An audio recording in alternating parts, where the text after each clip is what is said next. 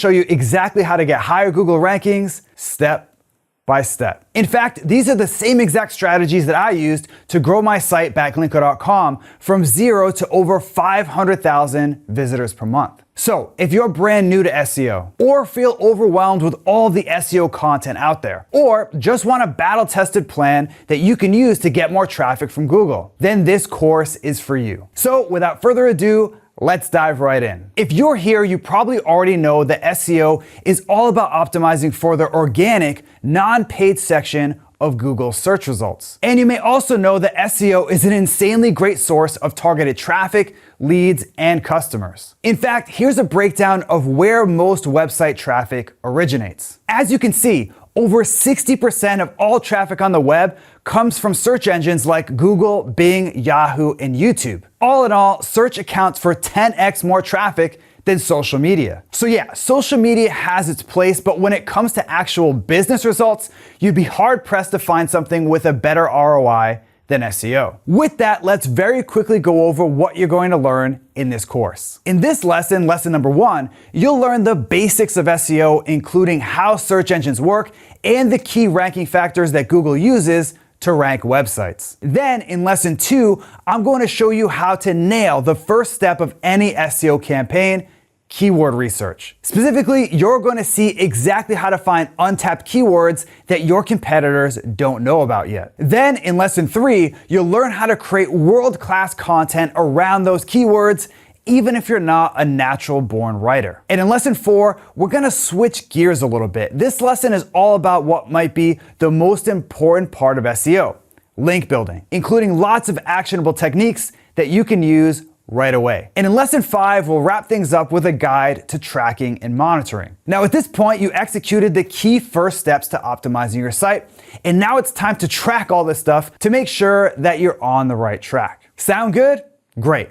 Let's get started. So before we dive into the nuts and bolts of keyword research, link building, and on-page SEO, it's important to have a strong grasp of how SEO actually works. In fact, this is a mistake that I made when I was first getting started with SEO. Instead of learning the fundamentals first thing, I just read random blog posts and Reddit threads, which just left me even more confused than I was when I started. Once I actually sat down to learn how SEO worked at a high level, it was much less overwhelming. And finally, it seemed like something that I could do on my own, which is why we're gonna start this course with a very quick overview of SEO, with a huge focus on what's important for getting higher Google rankings today. So now it's time to go under the hood and learn how search engines like Google actually work. When you search for something in Google or any other search engine, an algorithm works in real time to bring you what that search engine considers the best result. Specifically, Google scans its index of hundreds of billions of pages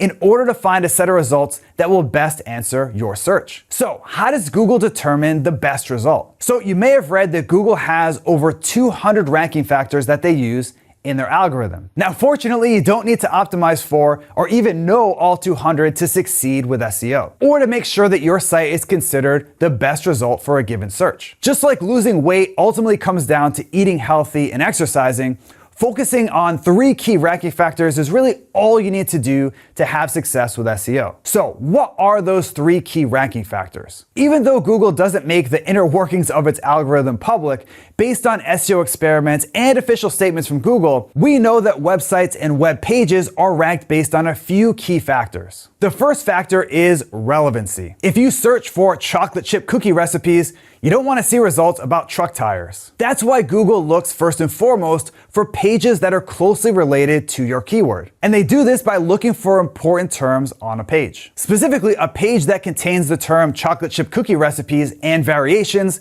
like recipes for chocolate chip cookies, will be considered relevant for that search. However, Google doesn't just simply rank the most relevant pages at the top. That's because there are thousands, or even in some cases millions, of relevant pages for pretty much every search term. For example, the keyword cookie recipes brings up millions and millions of results in Google. So to put the results in order of best to worst, they rely on 2 other elements of their algorithm. The second of which is authority. Authority is just like it sounds. It's Google's way of determining if content is accurate and trustworthy. The question is, how does Google know if a page is authoritative? Well, they look at the number of other pages that link to that page. Links from other pages are known as backlinks. In general, the more backlinks a page has, the higher it will rank in Google. In fact, Google's ability to measure authority using links is what separates it from old search engines like Yahoo that came before it. The third factor we've got to talk about is usefulness. Content can be relevant and it can be authoritative,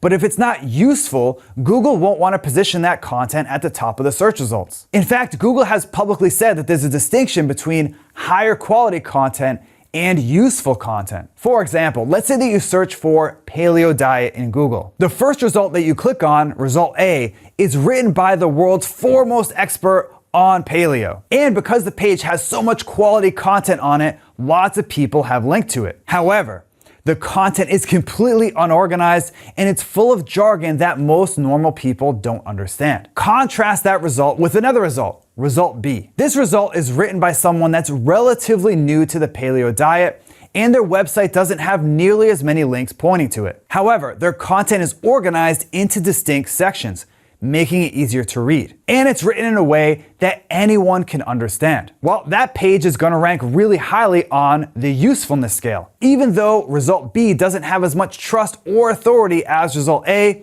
it will still generally perform in Google.